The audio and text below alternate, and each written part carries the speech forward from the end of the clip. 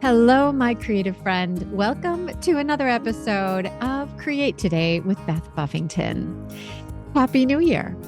If you are listening to this episode on the day it drops, today is January 2nd, 2025, and we are looking at an entirely new year ahead of us.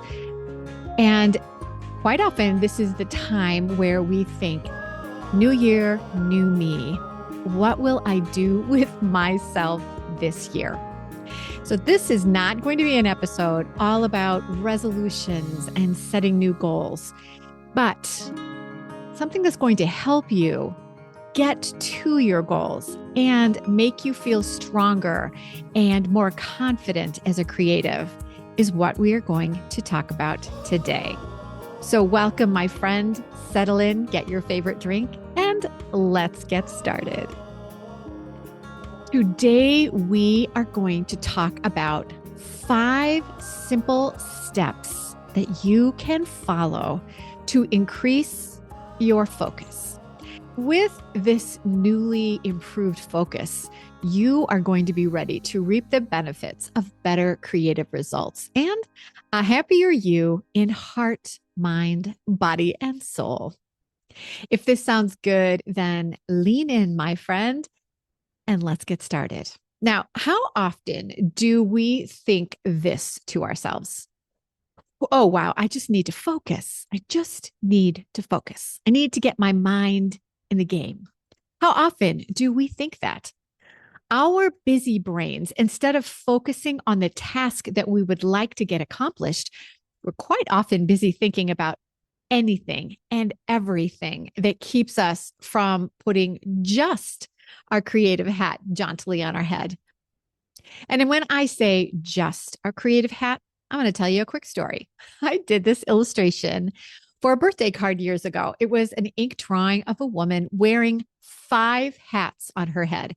She's wearing a chef hat, she's wearing a chauffeur cap, a referee hat, a maid's headband, and for the sake of the birthday card, she was also wearing a party hat with a festive pom-pom.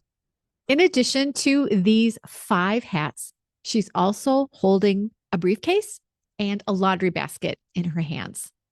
And I did another version of this same illustration where the woman is also holding an infant and she has a toddler wrapped around her knees. These illustrations were so popular at that time that I did a third version for a veterinarian magazine for a woman veterinarian. And this was an illustration of a woman who was simultaneously multitasking home, family, and career as she makes this multitasking look effortless. All the women in these illustrations were labeled super women. You know, the one who was successfully doing and having it all. Having it all, that was the phrase, and that was the goal. And in order to have it all, you needed to do it all. And it was encouraged that you did it all at the same time. But my friend, we have now learned that you can't do it all, especially at the same time. These illustrations were drawn back in the day when multitasking, especially for women, was thought to be a skill that could be learned and honed and used constantly. And if you weren't using it, you probably weren't doing all that you could for all the people that needed all the things. This multitasking was considered to be the secret to having a house, a family, and a career if you wanted to be successful, if you wanted to have it all. But at what cost? Yeah. Multitasking has since been deemed not a magic wand. No. As someone who has been awake in the middle of the night planning how to get 15 hours of work done in an 8-hour day, I'm here to say that when it comes to our creativity, my friend, we need to simplify. We need to focus on just the process of being creative. So in this podcast, we're going to explore what you can do to be better at having focus on just one thing. So we're going to talk about 5 powerful yet simple steps to actually have creative focus. Whether you're a seasoned artist who is setting goals to sell or license your work, or you're renewing a creative passion to help relieve stress and increase your happiness in heart, mind, body, and soul, these 5 steps will help you focus and tap into your unique creative power. So first, in order to be better at focusing, I think it's super important to understand why it is so hard to focus. Focus, the actual act of focusing, can be very elusive. It is kind of like trying to find and then hold on to a bar of soap in a bubble bath. It's so slippery. So let's look at a bit of science behind why focus is so difficult. And let me say these 3 words: shiny object syndrome. Creative focus is a challenge because of how the brain processes distractions, right? The prefrontal cortex that is responsible for attention and decision making, it competes with the brain's natural tendency to seek whatever is new, or shall we say shiny, or what might be considered better. It's actually a survival mechanism from our evolutionary past. So, in addition to shiny objects as a distraction, modern technology that surrounds us daily constantly teases and pokes at our focus with a barrage of pings and dings and chimes about notifications for what is deemed very urgent information.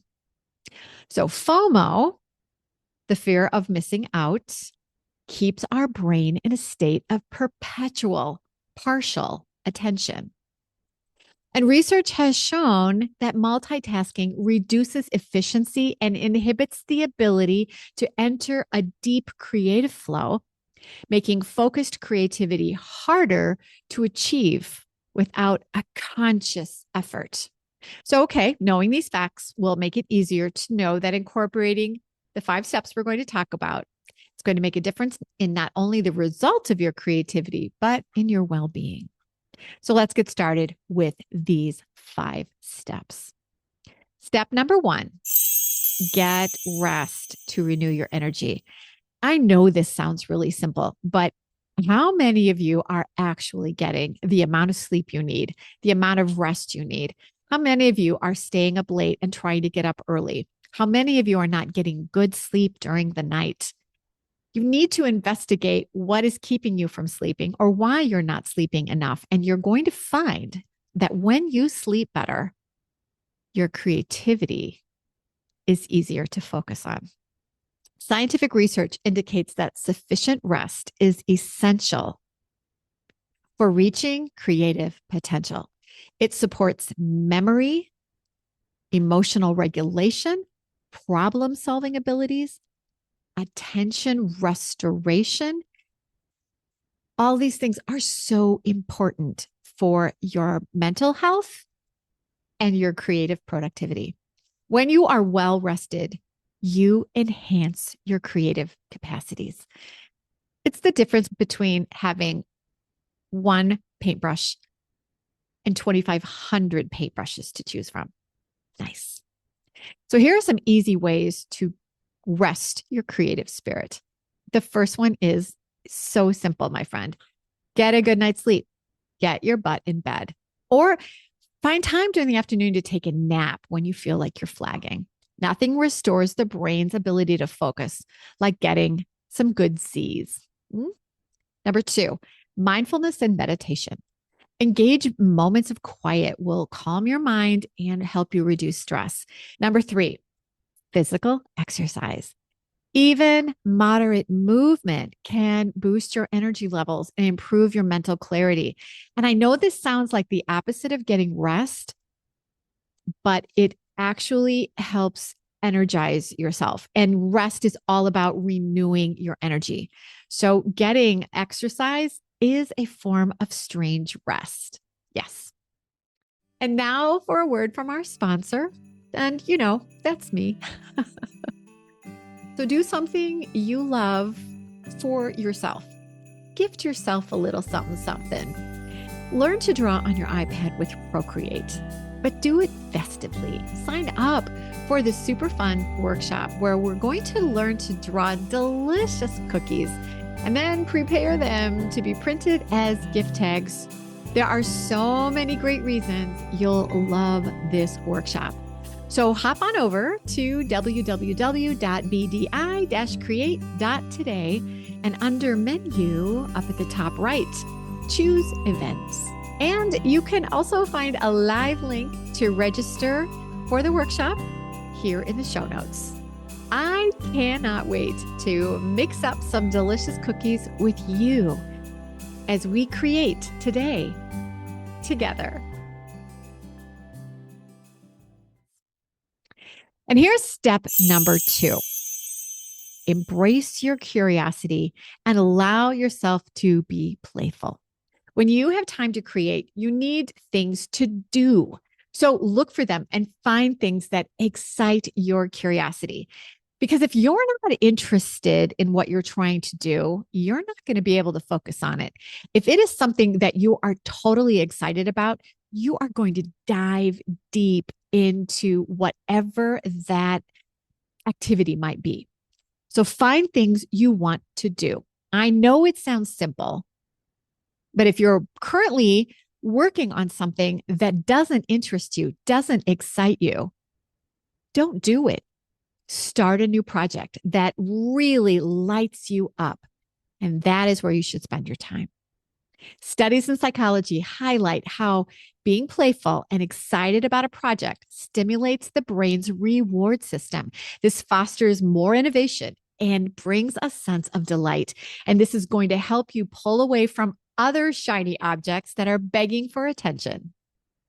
So here are some easy ways to add creative play into your day. Number 1 is keep a notebook or notebooks handy. So when you see something that you are like, whoa, that looks fun, write it down. If you have a great idea and you don't write it down, then later when you have time to create, all you're going to remember is that you had a great idea, but you don't remember it.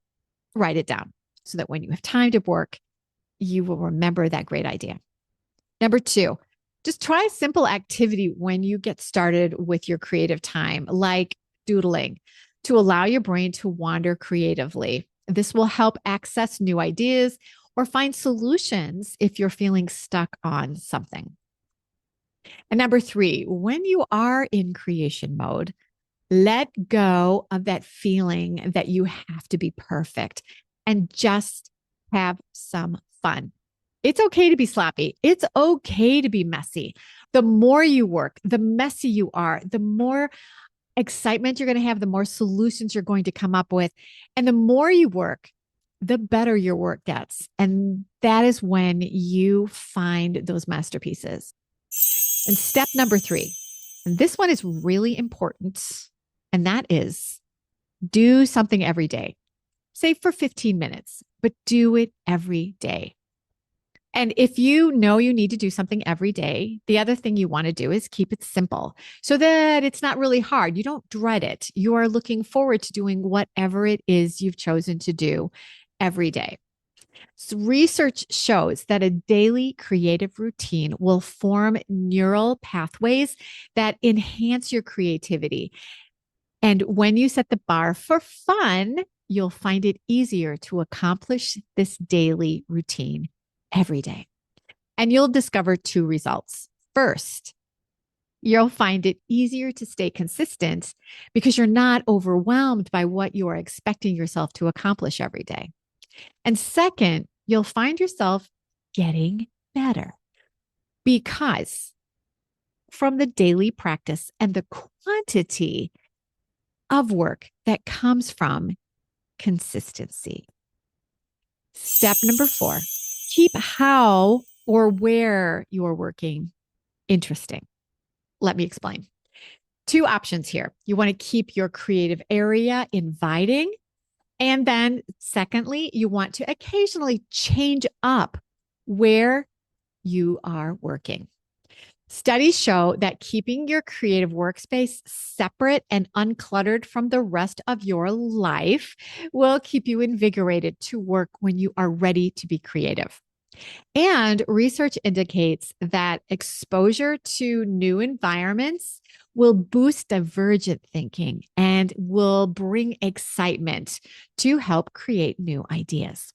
So here are some easy ways to keep your creative studio area inviting and or ways to occasionally change up your creative environment. So number one, if you reduce the clutter in the area that you are working, it's going to allow for fewer distractions and it will give you space to actually focus and complete your work. Number two, make certain that you have the tools and the supplies you need. Your focus will remain in place if you aren't constantly trying to find your scissors, or if you are suddenly thinking, do I still have that blue fabric that I bought last year? Find all the things you need and have them ready so that when you need them, you know where they are and you don't break your concentration and your focus stays in place. And number three, occasionally take a retreat or a field trip. Plan a creative time at a cafe or a park or collaborate with a friend. Pulling yourself away from where and what you always do excites your brain and will allow for new creative ideas to flow with less effort. Step number five, trust yourself in this process. So let me explain what I mean by that. You need to remember why you enjoy being creative. Trust yourself and then enjoy what you're doing. Trust your unique skills and trust the message that you have to share. When you're focusing on your work, not thinking about what this needs to do or how it needs to look or what people might be thinking, then you actually find the bliss in the act of creation. So if a deadline is involved, you want to break down the steps into actionable items that you create a schedule for, and then trust yourself as you work towards completion. Knowing the breakdown of the schedule to reach completion is going to give you the confidence to focus on just what needs to be done today. Now, we've just gone over these 5 steps. Let's talk about the results that you are going to have when you find time for creative focus. So when creative focus is scheduled, the results can be transformative. With planned focus, even short periods of scheduled creativity, this can yield amazing breakthroughs, polished projects, and a sense of purpose. People often report feeling rejuvenated and fulfilled after fully engaging in their creative passions, even if it's just 15 minutes every day. Creative focus is the key to turning potential into progress, but it requires intention and practice to cultivate, and you must be consistent. So scheduling time to focus on your creativity doesn't just produce better work. It's going to grow your confidence and help you rediscover joy in your heart, mind, body, and soul. The secret is, my friend, start small, just 15 minutes a day. And the other secret is you have to be consistent. Don't break the chain. Start that process. Do it every day. And that's going to help you increase that focus. And then you are going to watch your creative powers blossom. So take these ideas and incorporate them into your day. I know in my heart that when you use focus to harness your unique skills, it is going to help you stay creative, my friend.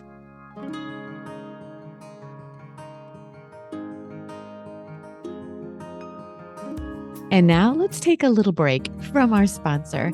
And as you know, that would be me. If you loved today's creative conversation and you're craving to discover your own Procreate knowledge, consider learning more about this powerful illustration software, Procreate. Inside Create.today, you are going to find tutorials, guides, and online courses that will perfectly fit where you should go next with your Procreate adventure. If you really want to understand Procreate, register today for Learn the Art of Procreate. Inside my online course, you'll enjoy fun and easy to learn lessons. You'll learn Procreate from the basic tools to the advanced techniques. And if you'd like to not only learn Procreate, but also figure out how you can harness all this digital knowledge to move forward with your creative business or a creative side hustle, consider joining the Create.today membership.